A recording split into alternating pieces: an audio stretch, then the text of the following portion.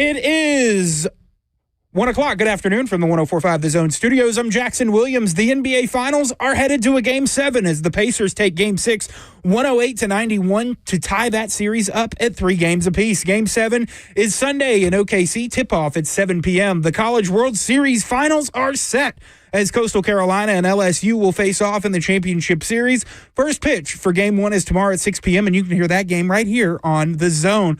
For our foundation repair and waterproofing needs, you need to visit USSTN.com. Breaking news at once on your home for the Titans and Vols. This is 104.5 The Zone.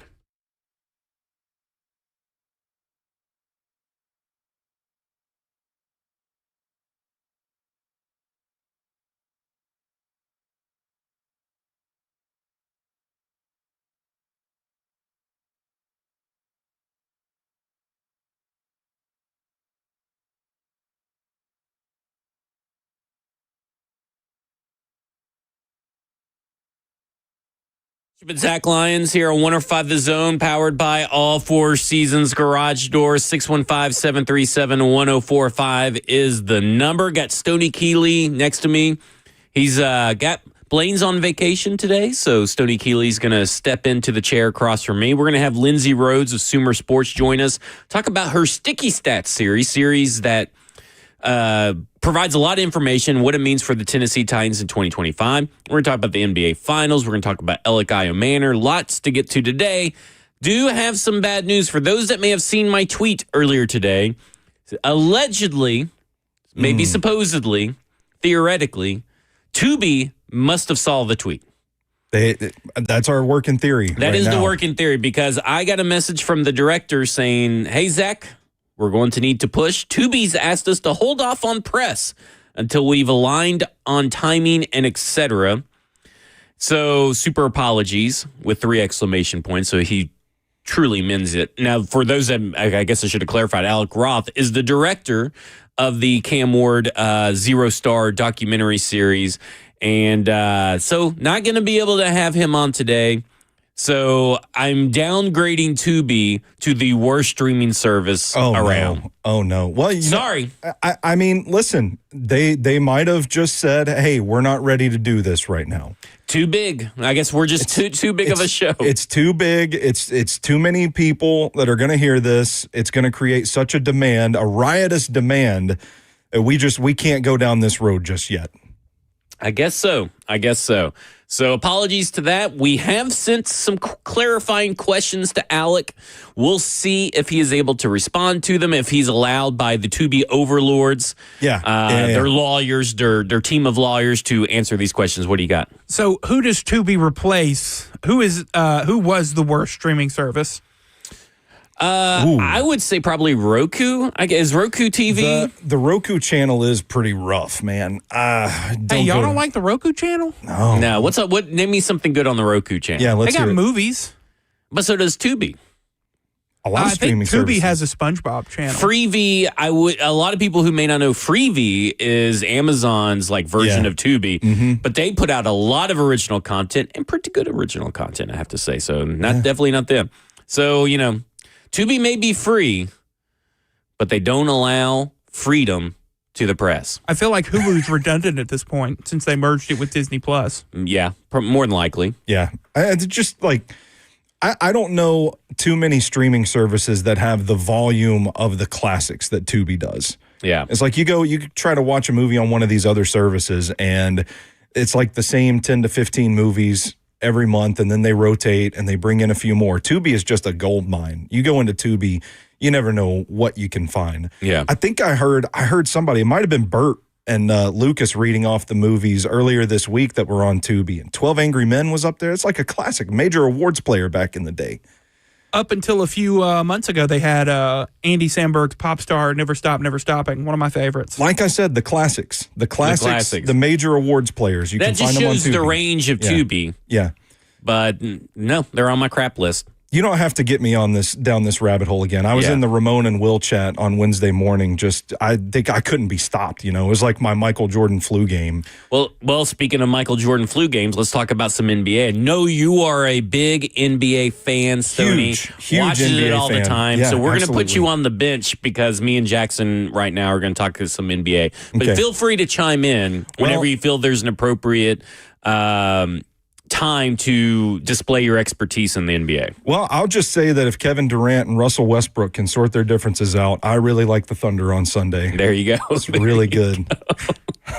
All right, 108-91. I will say this. So me and Stoney did Football and Other F Words, which wherever you get your podcasts, and you also go to the Zone TV YouTube as well to watch it. After we recorded Football and Other F Words last night, we went down to a local pizza joint in Goodlettsville. And we started watching the NBA game, and the Pacers started off like 0-8 from the field or something like that. The Thunder were, pulling ahead, and I looked at Stoney and go, "Oh, this game's over." Yeah, and then like a couple sips of a drink later, the game is just out of control, and the Pacers are just running away with it. I think the score was 8-2 when you said that, and I think maybe 4 minutes in the game had passed. Yeah, and you was like, "Oh, it's over. It's over. It's over." And then Reggie Miller took over. Then Reggie Miller took over. over. Just real quick, because I know that I know you're a big NBA fan. So let me just read you some stats out over there, Stoney. Okay. Indiana Pacers forced the first Game 7 in the NBA Finals since 2016. The best finals. They had six players in double figures. Just want to make sure I had my numbers there correct. First team in NBA history to have a player with 200-plus points in a single postseason. Sorry, to have 8 players with 200-plus points in a single postseason, which sounds wild, by the way. TJ McConnell is the first bench player in NBA history with 60-plus points, 25-plus assists, 15-plus rebounds in an NBA Finals. The Pacers have won 6 straight Game 6s by double digits, the longest streak in NBA history. Indiana ties the 2023 Heat for the most underdog wins in a single postseason over the last 35 years. And the last 3 teams who won Game 6 after trailing 3-2 in the finals have gone on to win the series. Man, does that give Team of Destiny vibes? A little bit? I mean, they have felt like the team of destiny throughout this entire NBA playoffs. And Thunder, seem like it's kind of like the new, if I could put it into football terms for you. Okay, thank you. It's like the New York Giants, the first New York Giants versus Patriots Super Bowl where Eli does and has the helmet catch from David Tyree and everything. This is what it would be. That is this playoffs. It's exciting, man. Yeah. Okay, what'd you think of the game last night, Jackson? The Pacers started running away with it, and I think I talked about this earlier this week, that I think the Pacers were going to put everything they had out on the line in Game 6, and they are going to get dusted in Game 7. Which is probably what is going to happen, unfortunately. I think it's unfortunate for NBA fans, for Pacers fans, but I think this was an emotional Game 6 win, and they are going to come out in Game 7, and it's not going to be pretty. But I will say this about this series. Even if you're not a expert NBA fan or diehard NBA fan like Stoney is, this would have been a good series to get back on the NBA train. This whole playoffs would have been a good playoffs. It's been a great playoffs. Right.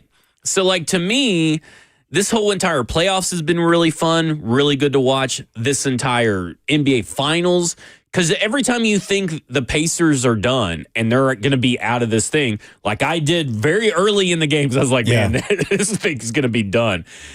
They come back and pull up an upset of some sort. And that, to me, this screams, I just don't know what happened to the Thunder last night. I mean, we're talking about they got outscored in the second quarter, 36-17. Then they followed that up in the third, 26-18 outscored. That is insane to have those 2 quarters right there. Man, be run away from. Now they went on 31-18 in the fourth, and you kind of thought, okay, maybe this was going to be the moment the Thunder come back, but 108-91, super tough for them to even entertain coming back. Watching it live, it felt like there were several moments in the game where Oklahoma City was starting to rally, and you kind of felt like we're sitting there at the bar watching it thinking, okay, here it comes. Here comes the, maybe the emotional flurry to start the game is over with, and now they're going to settle in, and Oklahoma City's going to tighten this thing up. And every time they got within striking distance of that Indiana lead, felt like Indiana just put their foot on the throats and said, no, this ain't happening tonight. This is our night. And that, to me, was a really impressive aspect of it. Checking Sunday's game right now, Oklahoma City currently favored by 6.5. I think they've been favored every game in this series, by the way. Casey Jones in the F&M Bank chat on Twitch, Twitter, YouTube, Facebook Live, wherever you get your Zone TV. He first says, what up, Dream Team? And so, good for him there. We're called the Dream Team. I'll take it. Casey Jones also agreed about the excitingness or the greatness of this conference finals. He says mainly because it feels like it's the first NBA playoffs not dominated by usual suspect in a long time. Mm-hmm. That's true. But it's also not a dominant performance by any team in the NBA finals, right? Last year, Celtics, they won 4 games out of a 5-game series. The year before that, the Nuggets won 4 games out of 5-game series. The Golden State Warriors won 4 games out of a 6-game series. Then it was 4-2 for the Bucks, 4-2 for the Lakers, 4-2 for the Raptors, 4-0 by the Warriors, 4-1 by the Warriors, 4-3 was the last time 2016 Cleveland Cavaliers was there was this close of a series. And it felt like it. It really does feel like, I know it's going back to Oklahoma City, but it really feels like, as much as everybody is going to doubt or discount the Pacers, this was a team with a Tyrese Halliburton that was on his final leg. He was injured. He played 23 minutes and provided them 14 points. Then you have off the bench 20 points for Obi Toppin, and he played 23 minutes. TJ McConnell played 24 minutes off the bench, 12 points. If they duplicate this and try not to push Tyrese Halliburton too hard and give him these breaks that he is desperately needed, they may run away with this and win. I'm curious to know what the basketball guys think about this topic of discussion, because this is a really interesting NBA Finals. I think. Well, they're too busy. All the basketball people are too busy talking about Memphis instead of talking about the NBA Finals. I mean, you and Jackson, the basketball guys. Hearing some of the talking heads kind of point out that these two teams making it to the finals indicates some sort of paradigm shift in the NBA. It's like the death of the big three and team ball is back. What do you guys think this finals matchup sets up for the NBA moving forward? As it's copycat league where people are going to try to replicate this success. Do you think it does have an impact on how NBA teams build their rosters? I think so. Look at how long it's taken for Kevin Durant to find an actual suitor, because a lot of people are jumping out of the race for Kevin Durant. And Kevin Durant is still good. Yeah. But nobody's wanting to trade for him. It seems like that list keeps getting smaller and smaller by the day. I think eventually a deal will get done. But I think, to your point, I think that says a lot about team building. What about you? Yeah, I think parity is going to be really good for the league. You haven't seen these runs like LeBron went to 9 straight finals at one point. You're not going to see that ever again. Where you're going to see more parity across the league and these super teams. It's going to be a lot more like what the Titans talk about, draft and develop is going to be a motto around the league, because the Thunder, they were a super team. They had Kevin Durant and Russell Westbrook, and then they started selling off assets and they gained draft capital. They traded for SGA, who was really not a star at the time. He was just a young prospect. And so they picked up SGA, and he's now the center of that team because they developed him, and they've developed other draft picks around him, and they've added nice pieces around him. It's so much more about team building now than the super teams we saw in the 2010s. All right. When we come back, we're going to go to football, so Stoney will wake up. We're going to talk about we're going to talk to Lindsay Rhodes of Sumer Sports, who's been doing a fantastic series over on their YouTube channel and wherever you get your podcast, talking about sticky stats for different positions. We're going to talk about how that applies for the Tennessee Titans. This is Cover 2 with Blaine Bishop and Zach Lyons here on 104.5 The Zone.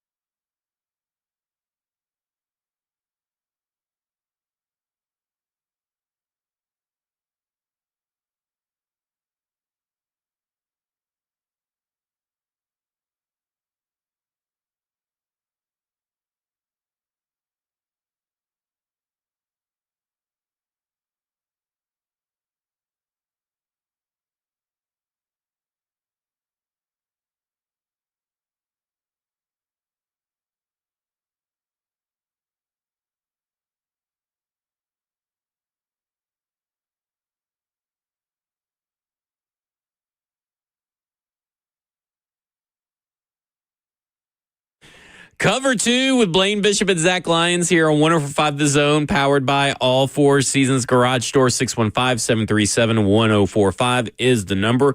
We await Lindsay Rhodes to join us with Sumer Sports. They've been doing a series on sticky stats for different positions. They've done quarterback, wide receiver, running back, the entirety of the defense, and, of course, the offensive line as well. And these stats, she'll explain more later when she joins in, but these stats are all about basically not predicting technically who's going to be fantastic, but more so who are the productive players and what stats do you need to look at to kind of figure out who the productive players are and kind of like bank on those players year in, year out. It's kind of like measuring productivity over a period.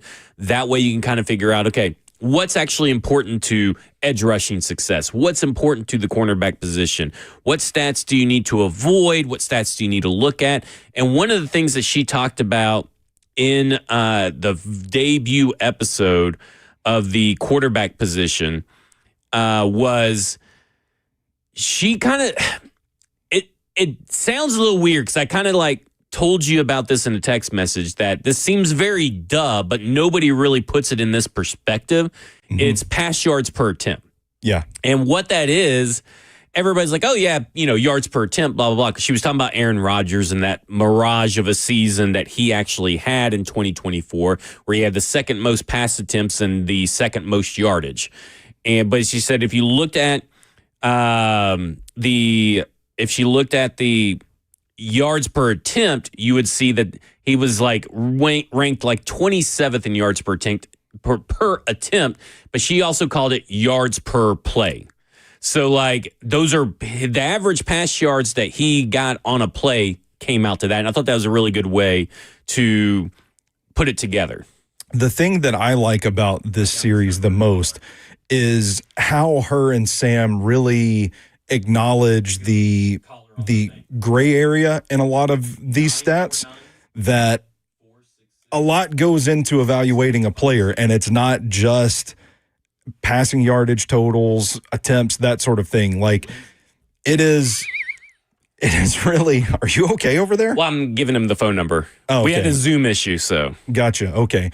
But the way they acknowledge all of the variables that can go into an evaluation of a player and identifying those metrics that tend to translate from year to year, that is how you can kind of stockpile an evaluation and find more consistency.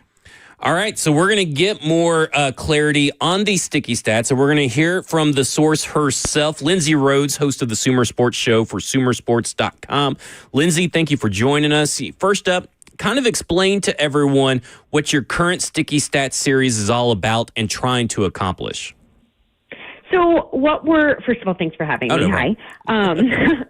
Second of all, the sticky stats series, we figured, we've got some downtime in the off season, and it felt like a good time to just kind of take a step back. I think that we are sort of at an inflection point in terms of NFL analysis. It feels like to me where for a really long period of time, there were certain stats that we used, and we primarily only used those stats, and they're the box score stats that everyone's familiar with. And then in the last 5 years or so, there's just been an onslaught of new stats that are being created, it feels like almost daily, that are advanced stats that are trying to find better ways to most efficiently tell the story of what's happening on the field and kind of fix some of the problems that we know exist in terms of the box score stats. Example, interceptions. We can all think of examples where a quarterback throws the ball, it bounces off the wide receiver's hand, lands in a defender's hand, it counts as an interception against the quarterback, right? What wasn't the quarterback's fault.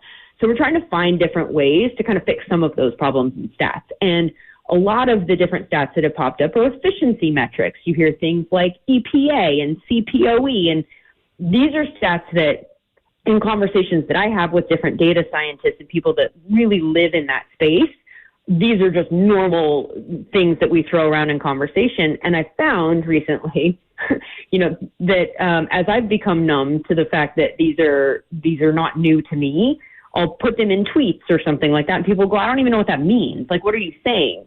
And so we thought this would be a good period of time to kind of take a step back and say, like, what are some of these stats? Like, what are they actually saying? Why are some of the old stats problematic? And then which of the new stats are actually the most important for various positions? Which ones are the most sticky, quote unquote? And so that's what we've been trying to do as we go through that series, and we've kind of gone position group by position group and had some of those conversations that we hope are helpful in terms of demystifying some of these stats for people for whom they are not normal parts of their conversation. And then also hopefully helping people understand the ways that we evaluate NFL play now and how it's different from the way that we did, say, 10 years ago. Well, let's start with quarterback. And you mentioned actually two of the initials or acronyms that I was actually going to ask you about right here. Define what CPOE is and EPA is for our listeners, because I use those terms and I forget that our listeners here in Tennessee are not, especially on the radio, are not that familiar with what they are and maybe how important they are for quarterbacks. So talk about just a real general idea of what those are and why they're important for quarterbacks. So EPA is expected points added. So they're essentially, it's a way, and I am not a mathematician, so I might be explaining this incorrectly. I'm just going to generally tell you my thought process here, or how I understand it. And that is effectively they're assigning a certain number of points that, like, each play is, let's say this play is helping you, if you're going to score a touchdown on the play, this did a certain percentage of that job, right? So how valuable was the play? How many points did it help add on average? So if it's like a 60-yard pass, right, then that's going to be a high EPA per play. If it is a low, like a behind the line of scrimmage, catch and then tackle, let's say, then you're going to get negative EPA on that. It kind of breaks down like how many yards are you expected to pick up on this play, and then how much did you do your job towards getting towards that. A mathematician would probably explain this better, but it's just a value added because every play is different in terms of what it's hoping to accomplish. And the goal is obviously to ultimately score points. So how valuable was this play towards doing that job? CPOE, I'm sorry. No, that's okay. Good. No, actually, let's tie CPOE in this next question, if you don't mind. You and your co-host Sam were talking about the importance of CPOE, which is completion percentage over expected in the middle of the field, and how the rookies performed in your all's free Sumer Sports draft guide over at sumersports.com. We have seen here so far that this offseason in these practices, the Titans and Cam Ward have been putting an emphasis on the middle of the field throws. Now, some of that is due to the comfortability of Cam making those throws in Miami. But how did he look data-wise in that area of the field, and what can it tell us about his rookie year? I just went to pull that up, and I cannot find that number, and I really wish that I could at this moment to tell you why we talk about it's specifically the intermediate middle of the field as being an important evaluation tool for quarterbacks. Because if you think about it, that area of the field is the most highly trafficked, right? Like there's a lot going on there. So if somebody performs above expectation to that area of the field, then it can tell you that they maybe mentally can understand how to read that defense and can get the ball to the receiver despite the fact that there are a lot of defenders there. There's a lot of signal in that story to that specific part of the field because it is just generally, we all kind of agree that is the hardest area of the field for a quarterback to work. He was not the best quarterback in the class in terms of the intermediate middle of the field, but I'm gonna get that answer to you. I'm gonna send a text right now and try and get you an answer to that question because I should have that answer for you. But yeah, so intermediate middle of the field is an area that we're looking for in terms of, and a completion percentage over expected is what it sounds. We have the ability with the tracking data to assign probability to every play. And frankly, we have the ability to assign probabilities on a frame by frame basis during every play. The probabilities change. So it's as the probability is calculated based on the circumstances, to that area of the field. The probabilities obviously differ, right? Like the probabilities are going to be lower for a deep throw than for a 5-yard toss, right? And so how many of those throws did you complete above the probability that was assigned to it? There's some tell there as to how much you deserve credit for the completion, as opposed to it's just essentially like how good are you at doing hard things. When you guys looked at all the data, how do you feel about Cam Ward's season heading into 2025 and his fit with the Tennessee Titans? I mean, so as you guys well know, this was a really weird year for quarterbacks, right? And so Cam did not necessarily pop in terms of being the flashiest, absolute can't miss quarterback prospect to come out in a long time. But I think this was a weird year for that. There just weren't a lot of quarterbacks that did that. So it makes sense that the Titans took him at number one, regardless of the fact that he wasn't popping off the page in every single stat category. But I do think that a lot of the quarterback success, rookie success at a lot of different positions, it's so circumstantial of environment. And so to a degree, I think that there are a lot of unanswered questions that we're just going to learn this year. The wide receiver room looks totally different, right? That's going to be a big thing that will help dictate whether or not he's able to have success. Or his wide receivers getting open? Are they making his job easier in that regard? How is the O-line in terms of pressure that they're allowing? And I think that he is a guy who will have maybe not necessarily burst onto the scene in the same way that Jaden Daniels did. And I think that he will require, to a degree, a better environmental uptick in all of these different areas in order for him to have success. And largely that's because, as you guys know, I'm sure, he's not a guy who is going to tuck it and run very frequently. He's not the guy who is your traditional rushing quarterback, which is not to say that he is doesn't have the ability to do that. That's just not as big a part of his game as it has been for like a Jaden Daniels, somebody like that. So I think that there's a big unknown, to be honest with you, because I am unsure of so many of the components of the environment of the offense in general. It's hard for me to answer that question. We're on the phone with Lindsay Rhodes, of the host of the Sumer Sports Show for SumerSports.com.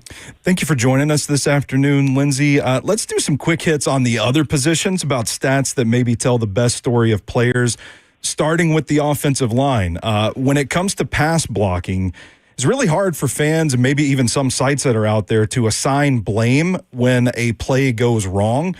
In your opinion, what's the best metric currently out there to measure O-line pass blocking, and will there ever be something more concrete in the future that may provide a little more clarity and accuracy in that area?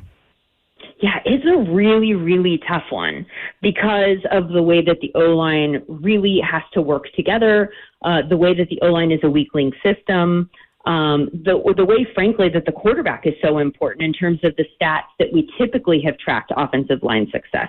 Like one of the things I've been most interested in the last couple of weeks since we did our O-line sticky stats conversation was sacks and pressures, but sacks specifically, because you look at the sack total. A lot of people who will just casually look at a sack total for a team and they'll say that means that the offensive line is poor, right? If it's high. And sometimes that does mean that, but sometimes it's because the quarterback isn't reading the pressure. They don't understand, or they're not reading the field. They're not reading the defense. They're not getting rid of the ball fast enough. There's lots of different things that go into that. So the best example of that for me this year was the Bears with Caleb Williams. So the Bears allowed 68 sacks this season. But if you go through and you count individual sacks that are actually credited to offensive linemen, you come up with 37. And then there were 4 that credited to tight ends and running backs. That leaves 27 unaccounted for.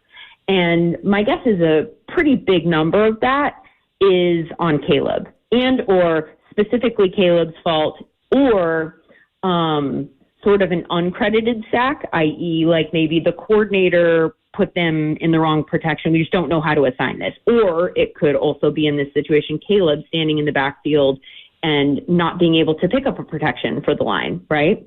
So some of those sacks that come super fast, meaning that there was an unblocked guy, that is an uncredited sack, because it doesn't mean that an offensive lineman lost specifically. They got a block to their guy, but there was a free guy. So there were a lot of unaccounted for sacks in the Bears. And I think anyone who watched and saw maybe like the time to pressure, for instance, where the Bears were concerned, it was the 9th longest time to pressure in the league. That means that Caleb, before a stat was actually credited as a pressure, he had the 9th longest time in the pocket before that happened. Wow. That's pretty good. But they had the most sacks. So there's a story there in terms of, by the way, his time to throw was very, very long also. That means that to a degree, he's holding onto the ball for a long period of time. That could mean that the wide receivers aren't running routes, but you kind of get what I'm saying here. There's lots of different stories that are being told. And at the end of the day, what we're walking away with is 68 sacks. Their offensive line is trash, and they got to replace them all. By the way, 37 sacks allowed by an offensive line that's the offensive line's fault is actually pretty high. It's just not as high as the number that we end up walking around talking about. And the percentage of sacks for each team that actually falls on the offensive line, it differs all over the place. You know, in that case, there's a lot that go to the quarterback. In the Texans' case, there actually were very few that were credited to the quarterback. And so their sack total largely does tell a story of an offensive line breakdown. So there are so many different ways here. One of the things that you want to look at rather than sacks, and there's also a problem with this stat, but I think it's more, I like to look at pressure as opposed to sacks, and I like to look at pressure rate. I want to know, for all of these stats, the rate. I want to know how many snaps they actually were in a passing situation, and then how many pressures did they allow. So that'll give you a pressure rate stat. How frequently was there a breakdown when you were specifically asked to do this thing, which I think, as we all know, some teams are in passing situations more frequently than others. Others have a lead a lot of the time, and so they're running the ball a lot more frequently, and so that rate might be different. That's why we look at rates as opposed to the total stats.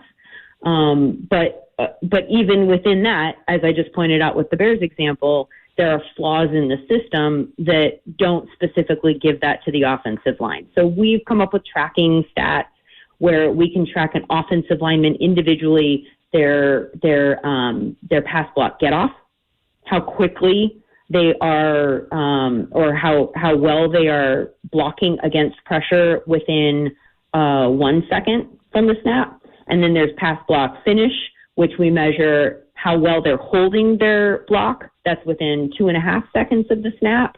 And so we're kind of breaking down the time frames of the blocking period and trying to take snapshots of that offensive lineman to better give you an idea of how well people are doing that job. Tony Pollard's name popped up in the running back episode. You guys mentioned him as somebody that pops in some of the advanced stats.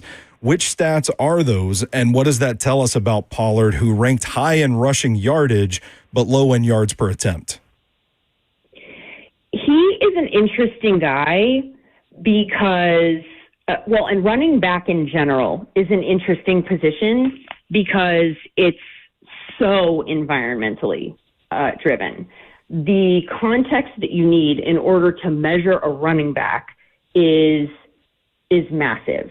And so we've found that my co-host, who is a data scientist and talks in math terms, has talked about correlation.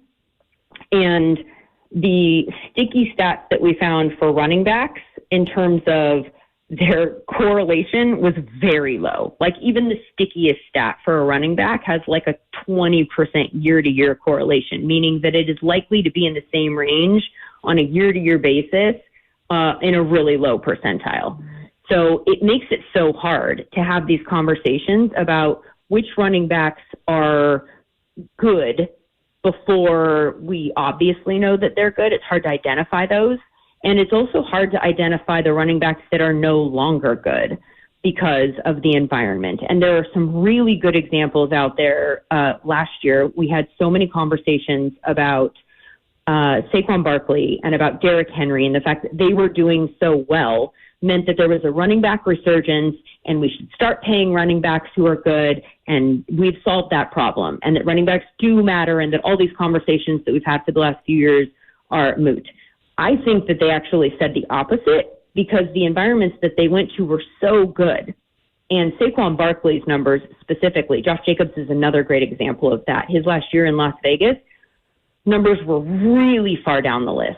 Like, I was literally asking going into last year if he was still good, because there was no statistical evidence that Josh Jacobs was good at all.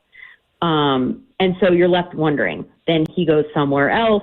Same is true for Saquon Barkley, and their numbers pop because they're in a great environment with a whole lot of other offensive weapons to take the pressure off of them, and an obviously good offensive line, and their numbers go through the roof. So it's so hard to identify running back success. Tony Pollard is somebody whose numbers kind of surprised me a little bit in terms of some of the advanced metrics, because I didn't necessarily think of him as somebody who had a particularly good year, or who was at this point in his career somebody who was good. But he did have some success last year. And so what the tricky part is trying to figure out how much of that was just environment, and how much of that was him adding to the environment. And so for running back stats, as I mentioned, those are really, really hard. But some of the stats that we look at a little bit more than others, yards after contact is one of those ones that we would look at that feels a little bit stickier, because you know that, okay, a defender's on you, the offensive line, whatever, has blocked however they're going to block, but now the defender has made contact. How good are you at avoiding contact or picking up more yards after the defender is there? That's a clearly, at least to a degree, a running back storyline. Rushing yards over expected per attempt is another one. Tackle for loss rate. This, again, kind of involves the offensive line a little bit, but is going to help tell a story there. And so I don't have Tony Pollard's numbers right in front of me. I'm failing miserably here in terms of the specific Titans notes, as I frantically look through all of my notes, and am clearly not as organized as I need to be. But those are some of the numbers that we're looking for when it comes to running back. Some of the other ones, like EPA per rush, you'll hear people use that to describe running back. Not necessarily a good way to evaluate individual running back play, because it's so strongly tied to the story of the offense. And success rate's another one there. First down rate is another one there. But what you can do is you can take running backs that are on the same team sometimes and look at some of those numbers and compare them against each other. And it might not necessarily say this running back is better than this running back, but it might tell you the story of what they're asked to do, right? Like, you can get a pretty good picture of what various running backs, and if you know that these two guys were asked to do roughly the same thing, and this guy's numbers are different than this guy's numbers, then that will help tell you the story. Yards before contact is one that popped to me a couple of years ago with the Colts. Deion Jackson was the starting running back that started the season, and his yards before contact was really low. I thought that was an offensive line story, that the defenders were on him quickly. They replaced him with Zach Moss a couple of games into the season, and that yards before contact number went way up, telling me now in this specific example, I know that Zach Moss has better vision maybe than Deion Jackson, that was a running back stat in that particular case, because now I'm comparing two people that are in the exact same environment doing the same thing differently. We're on with Lindsay Rhodes, host of the Sumer Sports Show for SumerSports.com. Lindsay, you and Sam talked a lot about the process of the pass rush and came to the conclusion that sacks and quarterback hits are less reliable year to year, but pressures are. And the way that it kind of came across in the episode, and maybe I'm just misinterpreting it a little different, it sounded like most of the data that I'm familiar with includes hits and sacks and pressures. Are you guys talking total pressures or just quarterback hurries? And why is pressure rate more indicative of impact over sacks or quarterback hits? Yeah, I love that question. And I actually think that this is a really interesting conversation, much the same way that I talked about with the offensive line, that you want to get rates specifically as opposed to counting stats. Again, I think rates are always more valuable because it's telling you how many times this person or this team was in that situation, and then what did they do when they're in that situation. So always rates over the specific totals.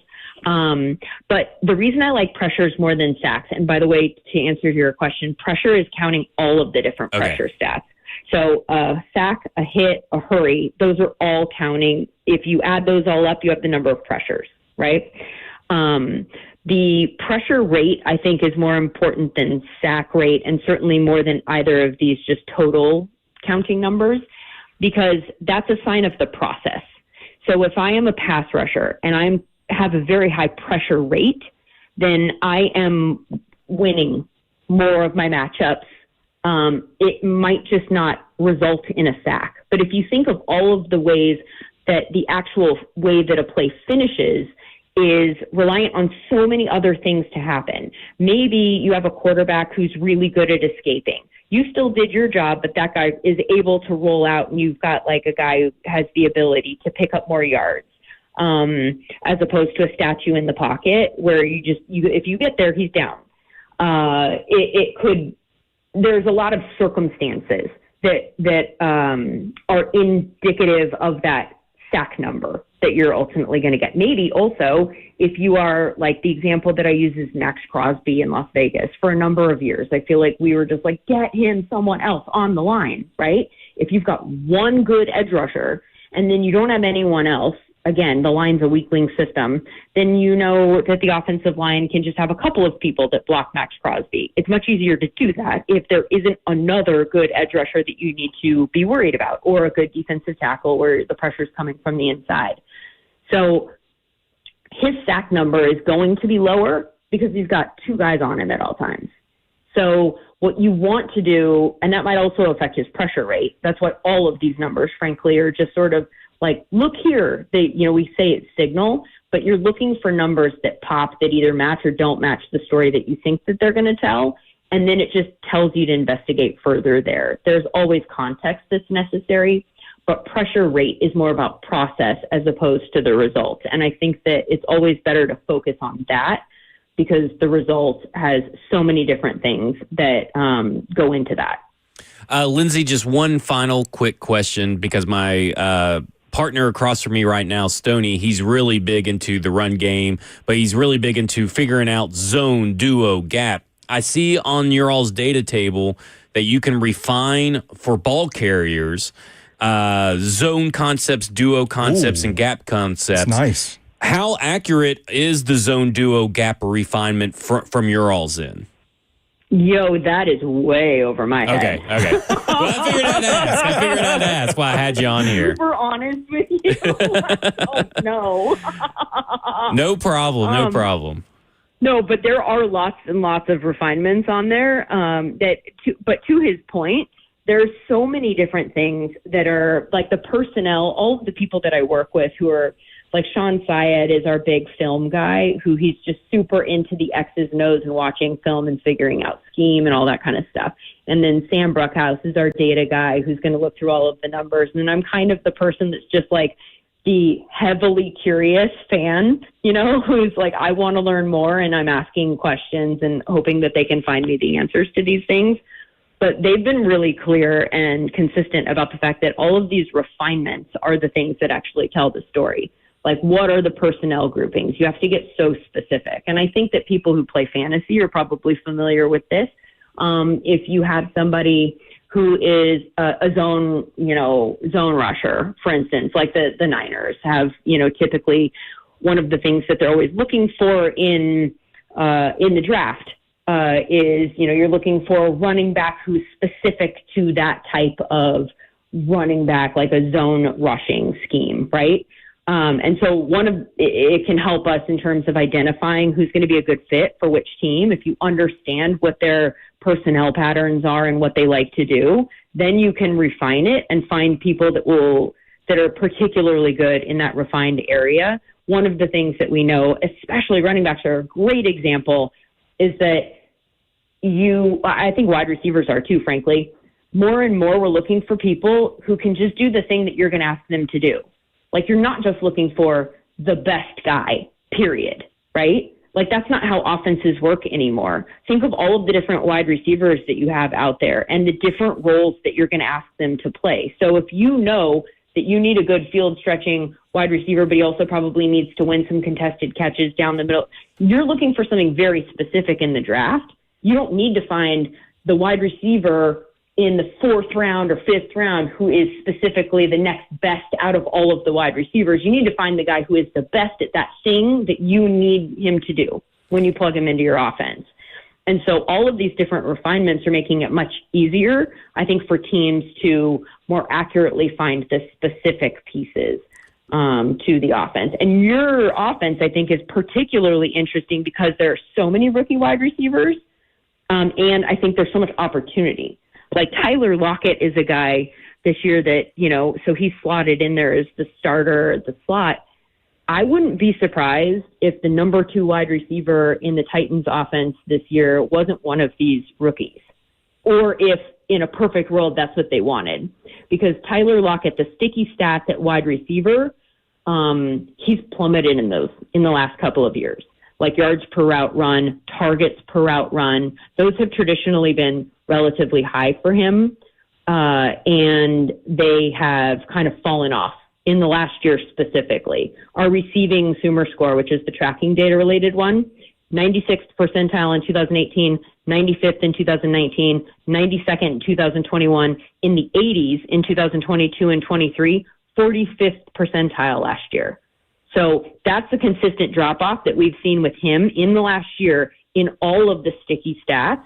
So you're not getting there, and I'm sorry to be the bearer of bad news, I don't think you are getting the same Tyler Lockett that we're familiar with from like 2020, 2021, 2018.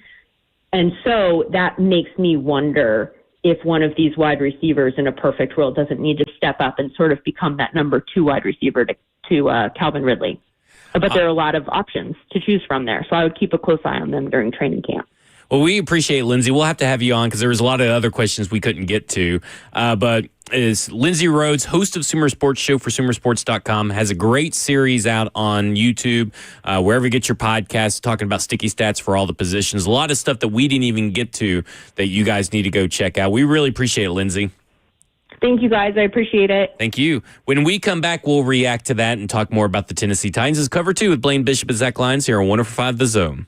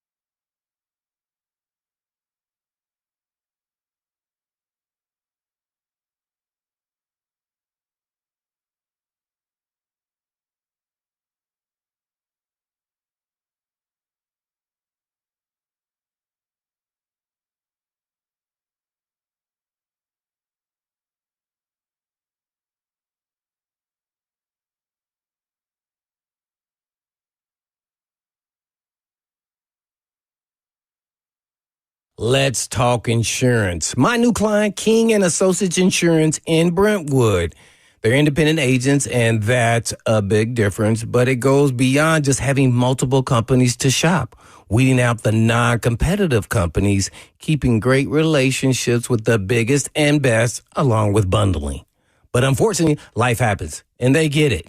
Here's a true story about my friend and coworker that switched from a previous independent agent, got better coverage on his home and its contents, even his automobiles, flawless communication, and a true champion in his corner after his 16-year-old daughter's accident, and they still saved him thousands and thousands from an independent agent who was overcharging him for years. Is that like happened to you? You can make the switch and save the same, if not more. But don't make the switch because he did. Switch because you should. As a business, family, or individual, make a switch to King and Associates Insurance. And I'm sure you could do for the extra money you could put in your pocket as well. So all you have to do is just give them a call at 615-329-8121. That's 329-8121. Or you can go online at tkinginsurance.com.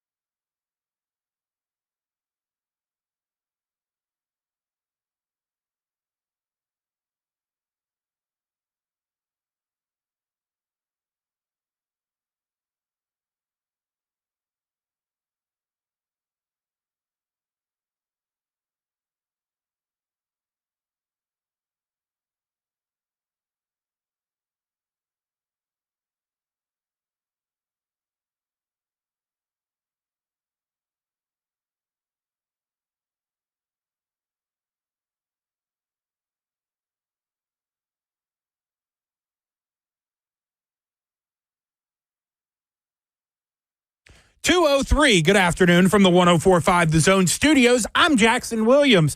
The NBA Finals is headed to a Game 7 as the Pacers take Game 6, 108-91, to tie that series up at 3 games apiece. Game 7 Sunday in OKC, tip-off at 7 p.m. The College World Series Finals are set as Coastal Carolina and LSU will face off in the championship series. First pitch for Game 1 is tomorrow at 6 p.m., and you can hear that game right here on The Zone. For your foundation repair and waterproofing needs, you need to visit USSTN.com. Breaking news at once on your home for the Titans and Vols. This is 104.5 The Zone.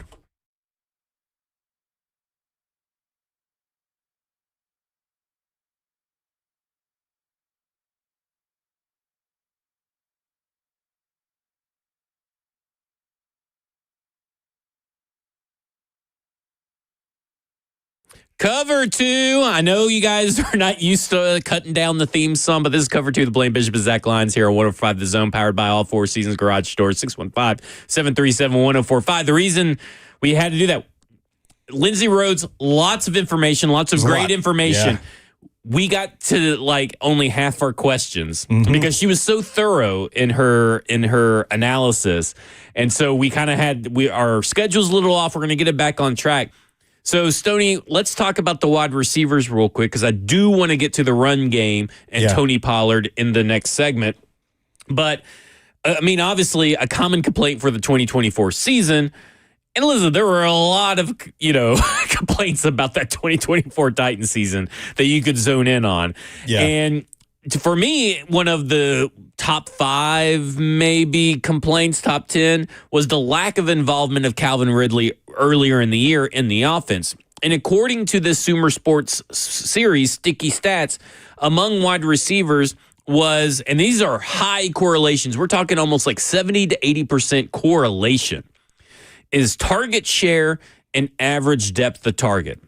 And when you look at wide receivers with 250 routes run, Ridley ranked 18th in target share, with only getting 30.15% of the targets for the Tennessee Titans. And let's be honest, that all came almost in the Detroit Lions game or the second half of the season. Yeah. And he was 6th in average depth of target with 14.92 yards per target, almost 15.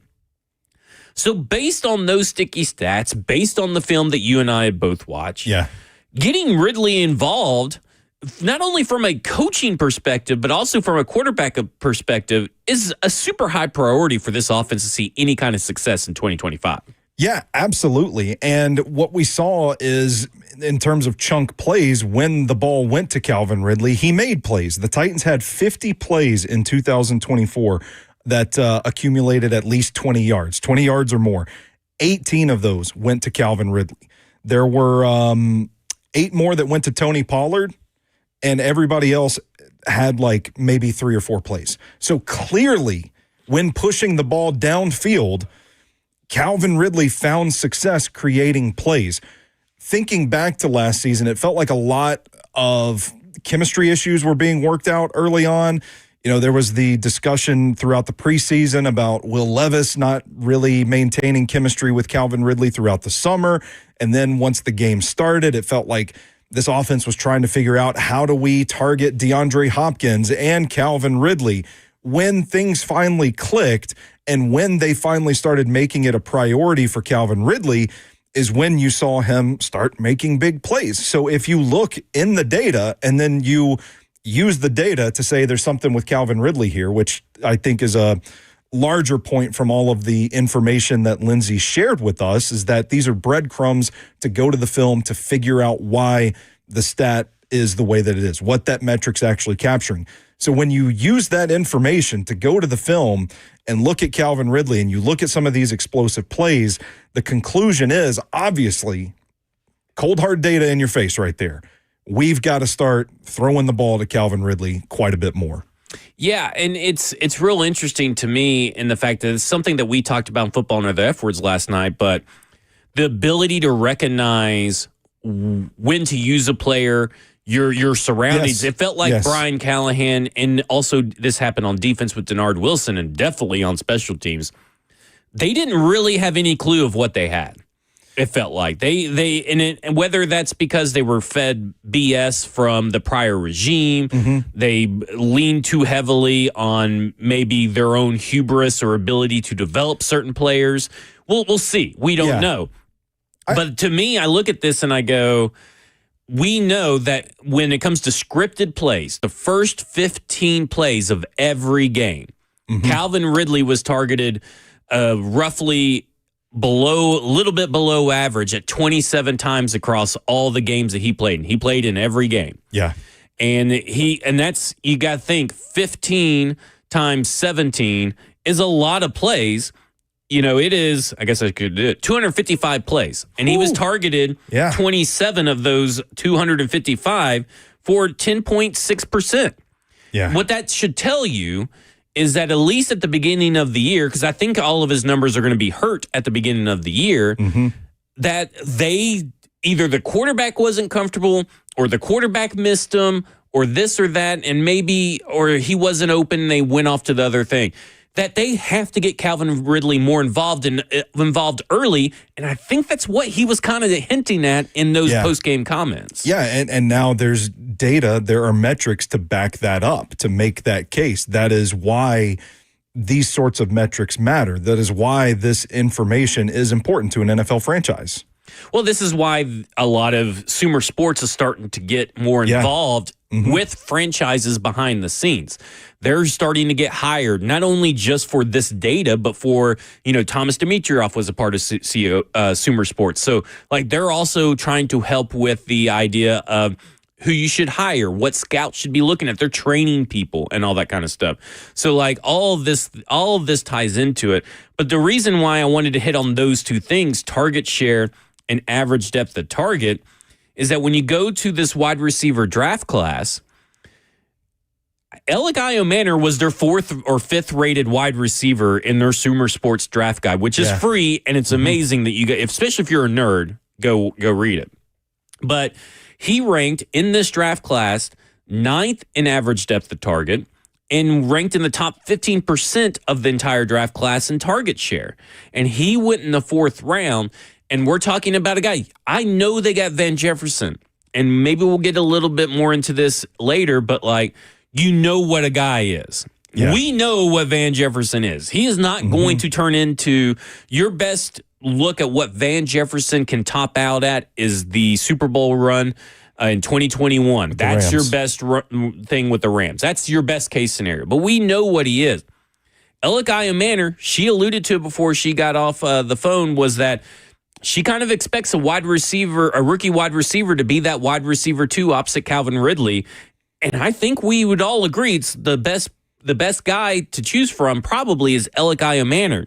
Who else in this room is built the way Manor is built with his speed and athleticism to be maybe that X guy opposite CalvinRidley? Yeah, nobody. I don't think anybody is. Yeah. So I think by default, he is that guy, but I do think... And I can't wait for his run blocking, by the way. He run blocks with hatred in his heart. Yeah. I love to watch it. I love watching him just pick up a guy and carry him off screen on the all-22. But I do think there is some untapped potential with him there as well, where they can do some different things with him as well. But it is something that, I think they're at a spot where... you don't have 5 first-round picks to go get, we need our top edge rusher, we need our quarterback, we need our top wide receiver. You have to kind of get creative. Finding a guy with his profile as late as they did looks like, you say something on the surface, the 4th-round pick's going to be your wide receiver too. It doesn't inspire a lot of confidence, but when you dig into his profile a little bit, I think there's a lot to be excited about with Alec Manor. For sure. When we come back, we're going to talk about how you should be excited for the run game coming up this year, how the run game can help Cam Ward, how Cam Ward can help the run game. This is Cover 2 with Blaine Bishop and Zach Lyons here on 104.5 The Zone.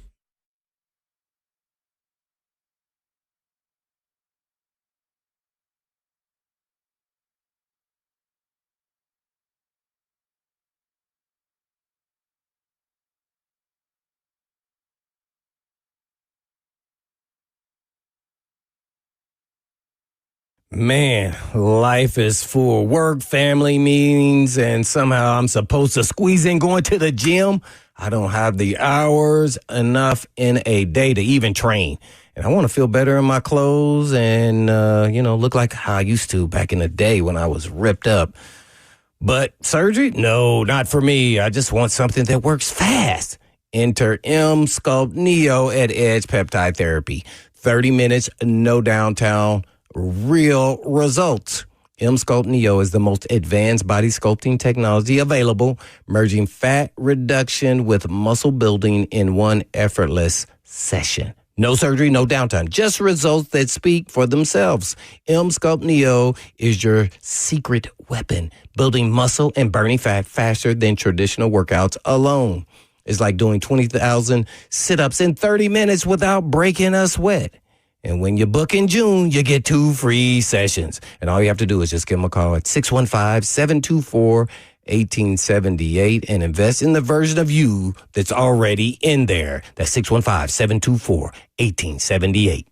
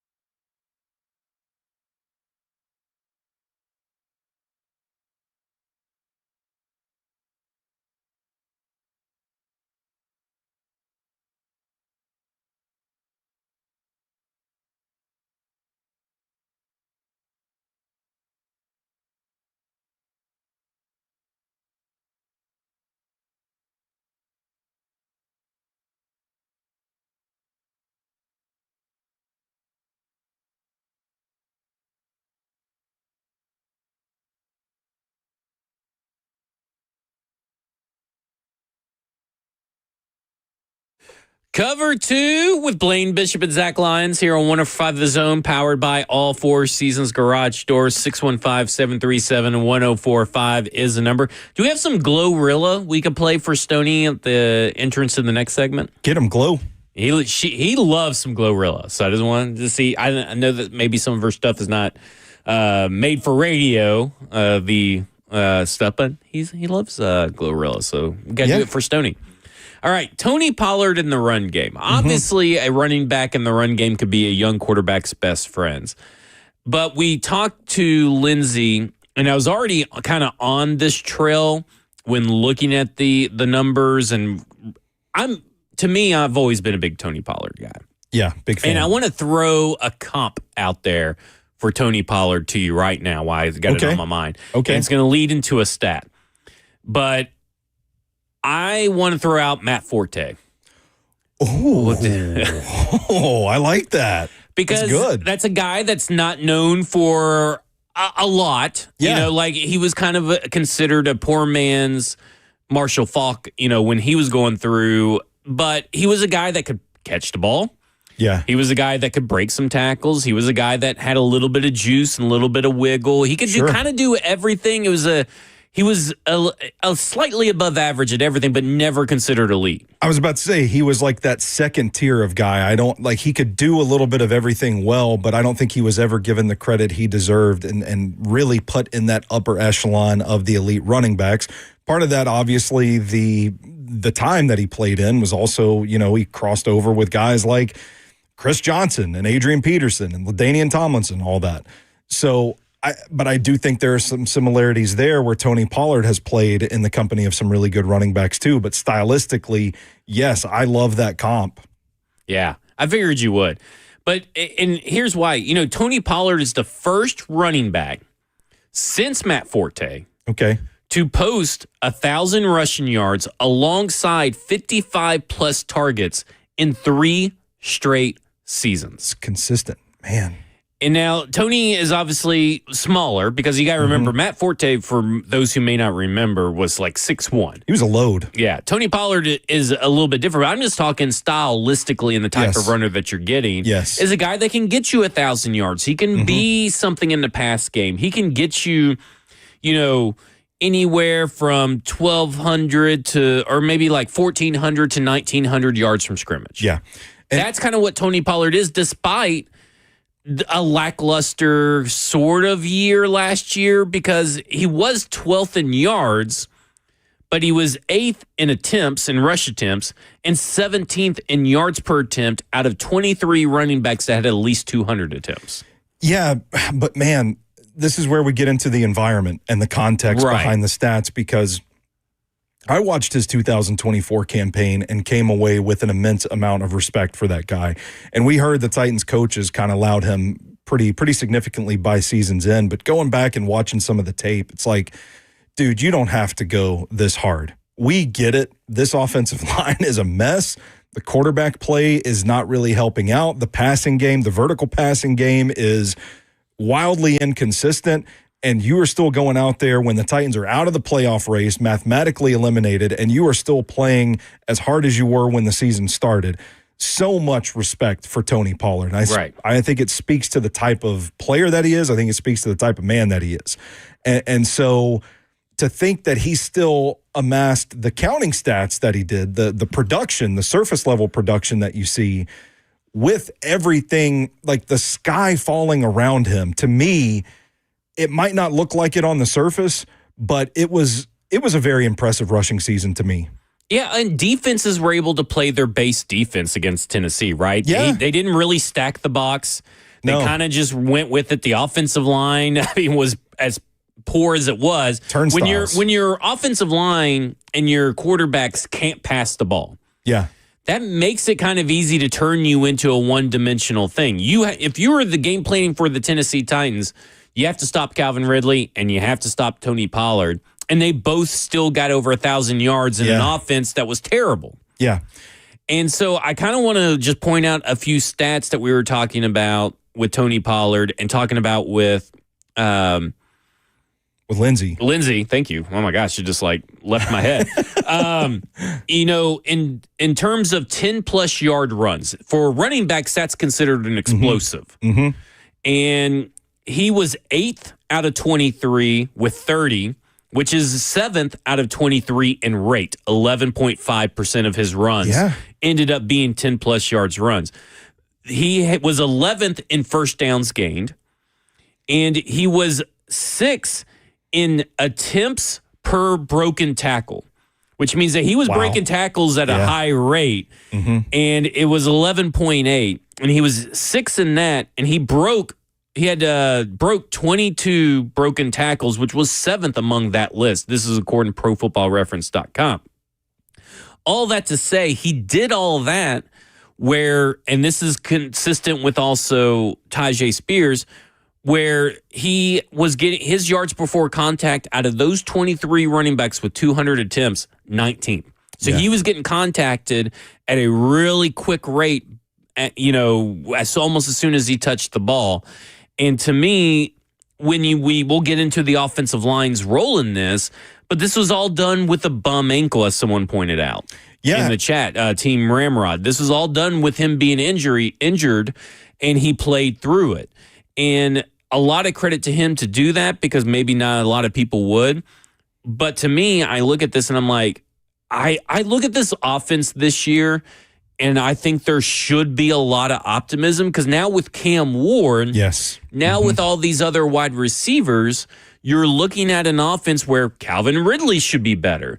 Tony Pollard should be better, also because of the improvements on the offensive line. Yes, and we've talked about it before. Elevated quarterback play alone should elevate the entirety of the offense, and I don't think the running game is any different.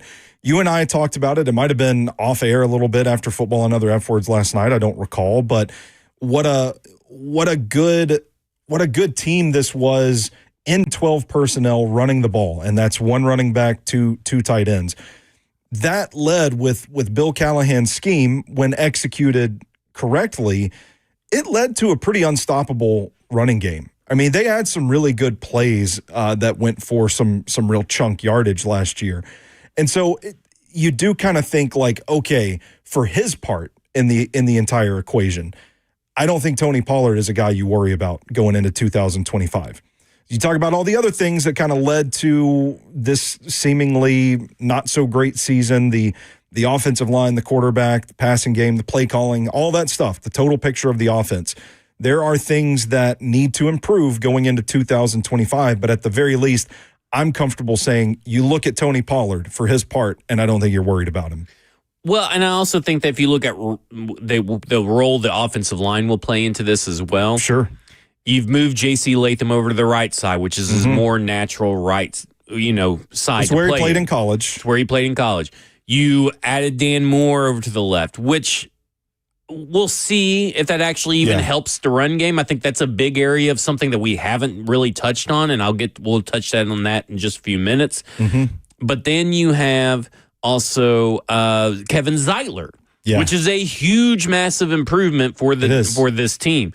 So let's just look at it this way. If you were looking at inside the tackles, so runs on inside the tackles, and we'll get to maybe a little bit more run information like over to the right guard, but we're just talking completely inside the tackles. So the guards, in between the guards and the centers triangle. And all that. The Titans were 32nd in yards per play on run plays. Whew. Detroit, and the reason I use Detroit is because Kevin Zeitler was 3rd. That's not a surprise. And we won't use EPA per rush, but Detroit was number 1 in EPA per rush inside the tackles, so they were expected to score points in between the tackles, in between the guards. And then their success rate was 4th. Their yards before contact, 4th. 4th best. The Tennessee Titans was 31st in EPA, 26th in success rate, 32nd in yards before contact in between the guards. Yeah. So, like, even with what everybody thought was with Dylan Radins and Peter Skoronski and the center, whoever the center was at the time, Corey Levin and all that kind of stuff, they weren't very successful running through the guards, but Detroit was, and we'll get to what role Kevin Zeitler had specifically in Detroit, but I just thought that was an interesting way to look at is that now not only should your center guard triangle be better right there as far as pass protection, it should be better in the run game too. Yeah, and to that point, just from a film study perspective, I don't have the exact numbers in front of me, but I've watched that 2024 Titans offense probably 3 or 4 times through at this point, and I don't recall too many runs even like getting positive yards up the middle of the offensive line. From what I remember, the plays that immediately come to mind from memory are the ones where the play is kind of designed to blow open a gap at the edge. You kick out that edge rusher and you run right by him kind of deal with Tony Pollard and Tyjae Spears and even Will Levis on a couple of plays, picking up yards, running around the formation and not right through it. Yeah, and to get to maybe a little bit more specific, at left guard, Titans average 5.1 yards per attempt over the left guard. So it wasn't a Skoronski issue. Yeah. If you go and look at it, that was the highest direction you could run if you're the Tennessee Titans to earn the highest yards per attempt. If you look at right guard, it was 3.0. Yeah. So, I mean, that tells you right there that is where and listen, you know, I know that everybody really enjoyed Dylan Radins' comeback career and everything. He still wasn't that great over on in the run game in that regard. Yeah, and not to be crude, but he's no longer a Tennessee Titan. Right. So when you go to look at the right guard now, remember I said it's 3. 2 runs of 10 yards or more from the right guard. Kevin Zeitler, 5.9 yards per attempt over towards Kevin Zeitler and 14 runs of 10-plus yards. Now, some of that's going to be Jahmyr Gibbs, right? I mean, you don't have a Jahmyr Gibbs on this team. I don't think so, no. Yeah. But, again, that is still Kevin Zeitler doing Kevin Zeitler things. That's what he's known to do. And so when you look at Kevin Zeitler, when you look at Tony Pollard, we'll get to Dan Moore in a second. When you look at those guys, they're kind of unheralded as far as, like, we all know Kevin Zeitler is an upgrade over Dylan Radins. We're all excited for Kevin Zeitler. But to the success of this team in 2025, Tony Pollard, the combination of Tony Pollard and Kevin Zeitler and likely J.C. Latham moving over to the right is massive for this team. Yeah, it kind of feels like, just on paper looking at it, the old bit for so long was run left. Are we going to see a shift to run right at this point now? Maybe. I mean, why not when you have the teams that you got, or that right side? Because J.C. Latham is looking a little bit better, too, on that right side. Yeah, and Kevin Zeitler, I know it's a one-year deal, but the man can still go. I mean, he's a powerful player, a guy that really puts his core, his body into his blocks and creates drive. It is very clear to me that they identified that right guard as a spot of weakness in the run game, and they said, we ain't going to go through this again. And the pass game, to be honest with you, too. To be fair, yes. Yeah. I do think, like, Radins excelled when they were able to pull him, and I mean, he could smack somebody at the edge. As long as he's not smacking Peter Skoronski. As long as they're not running into each other, which, do we ever get to the bottom of whose fault that was on that play? I don't know. But I think he's good at, kicking out the end man when they pull him across the formation, but when it comes to just planting your feet and moving the guy in front of you backwards, that's where I feel they needed an upgrade. So, and then you look over to J.C. Latham. At his last time playing right tackle at Alabama, their highest yards per attempt on per runs for their entire team was to the right tackle. Yeah. 7.8. Now, obviously, do not expect 7.8. This is college. Okay. But he was known as a road grader kind of guy. He was. And it didn't really translate over to the left side. We'll get to that in just a minute. But this is, again, we're talking about the improvement of the entire offensive line by switching all these pieces. It should be way better than even it was last year. On paper, absolutely. Yeah, Latham had some really fun tape. And I think the expectation was road grader. And there were, he hit the rookie wall. He's talked about his conditioning this offseason.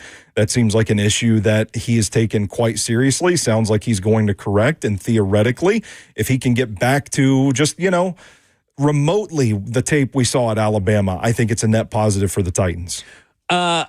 So this is where I get concerned. And you know that I've been very concerned about Dan Moore. Yeah, sure.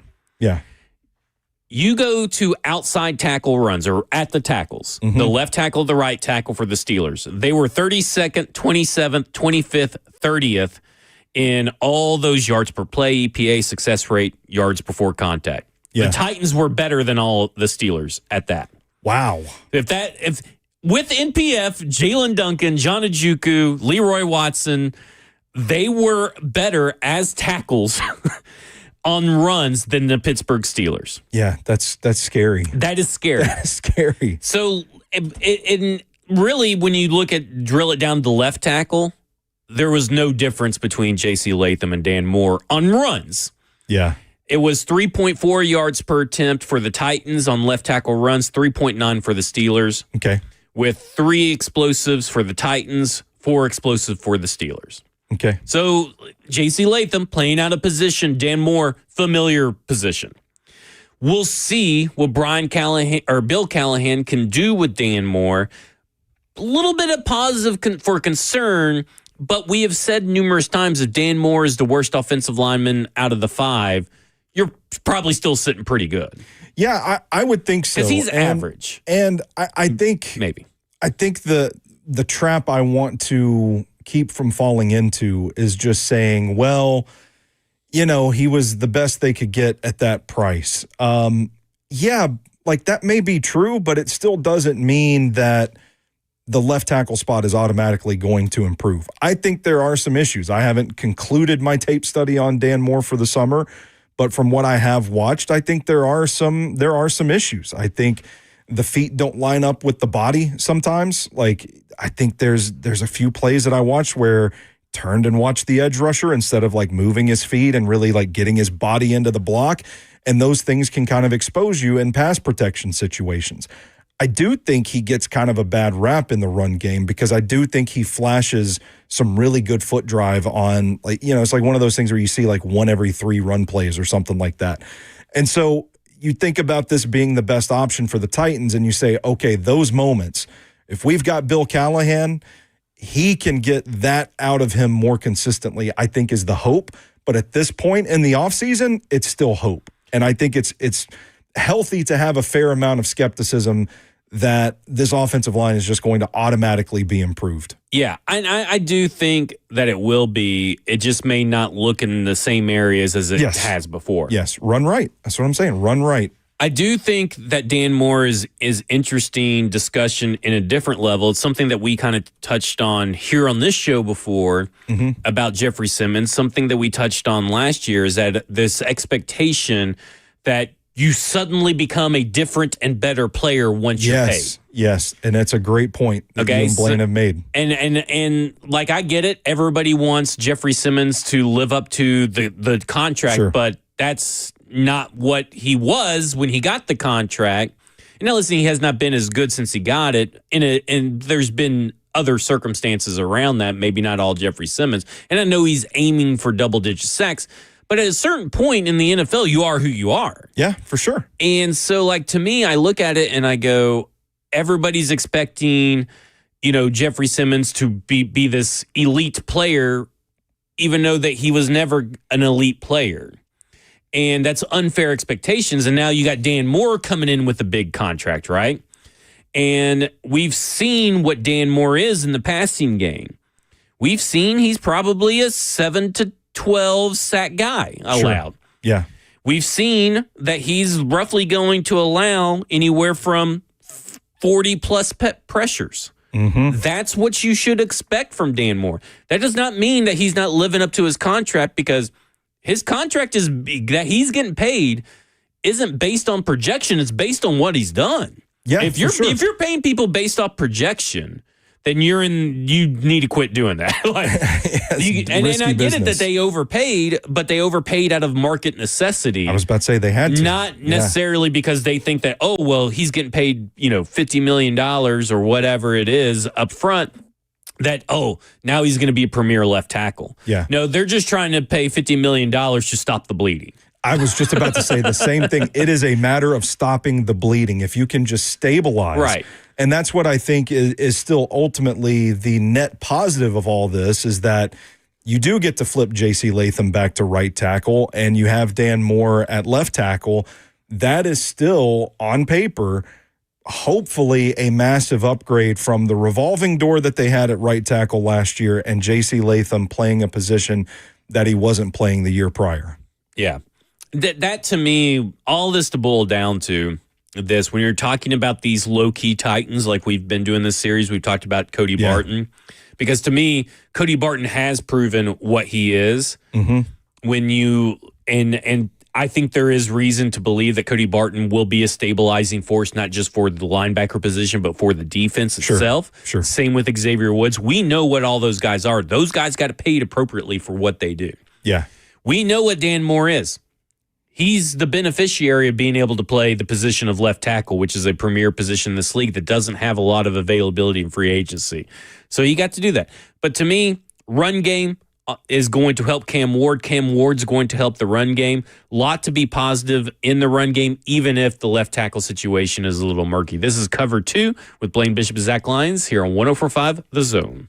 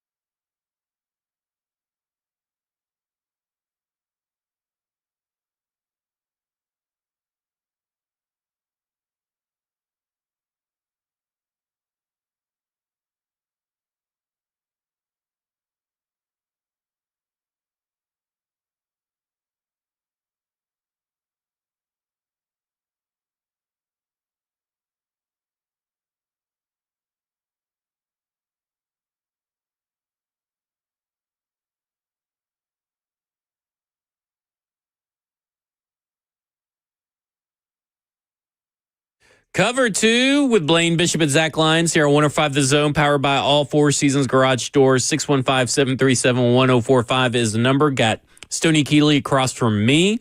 Talking. That was a little bit of Glorilla for you. Love it. For my boy. Thank you, Jackson.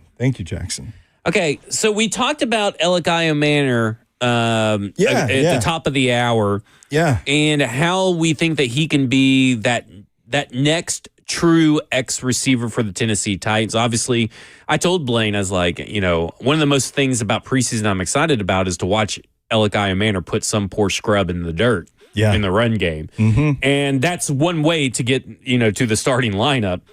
And we hope that there's not going to be any kind of mass confusion like there was between NWI and Traylon Burks last year. Right. The unexplicable confusion. But you wrote over at stackingtheinbox.com, you did a Film Friday today, study, Untapped Versatility in Elakayo Manor. And you say that Elakayo Manor isn't just a big physical X receiver who can block. Yeah. So what else did you see in your film study from Elakayo Manor? Yeah, so I've been going back on Stacking the Inbox and kind of revisiting my rookie evaluations, watching 3 or 4 more games of the player, cutting the film, putting it up there. And when I was watching Ayo Manor, the thing that really stood out to me was like that Stanford offense was not really that great. You did kind of have to glean moments of potential out of Ayo Manor sparingly because they were few and far between, but they were really happy with moving him around the formation. They would align him as an inline blocker like a tight end.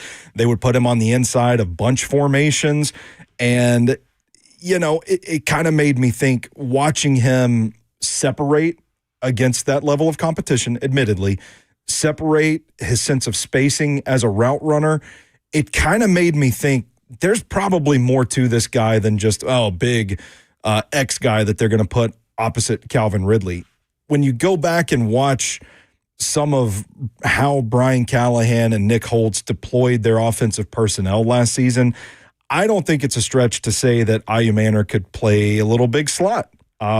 Maybe that joker role that some of the Jimmy Graham tight end type. I think they could use him in that role. I think he could do a lot of the stuff that Nick Westbrook-Akine did last season pretty well, but I think he could be that big X guy that's going to win the contested catches and be tough. But I think we would be I don't think we should just assume that that's all he's going to be, because I do think there is reason to believe they could move Ayo Manor around to create mismatches, which is, what good offensive coaches do.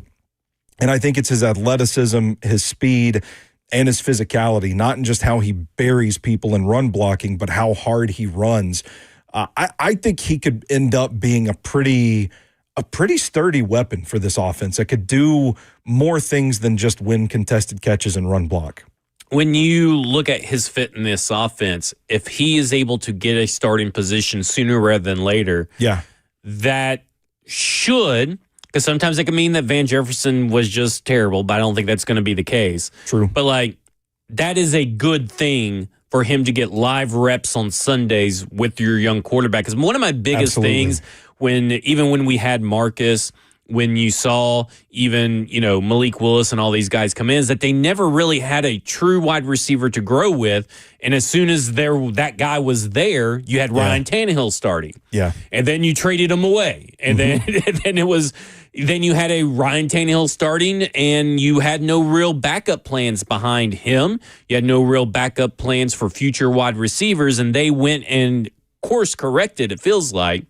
I know they went and got Van Jefferson, Tyler Lockett, but they went and maybe Bryce Oliver, maybe it's Xavier Restrepo, but to a lesser extent. But you have Chimere DK and Elakayo Manor who can grow up with Cam Ward. And I'm really high on both of those guys. I think DK is a different wide receiver. He is more of a motion gadgety guy that has the size to go outside, which is almost like the inverse of what we were just talking about with Ayo Manor. So I think they'll complement each other well, and they both have the speed and athleticism to be assets for this passing game. Okay, I got a question for the room. Uh-oh. It's non-Titans related. But I have a question for you, Jackson.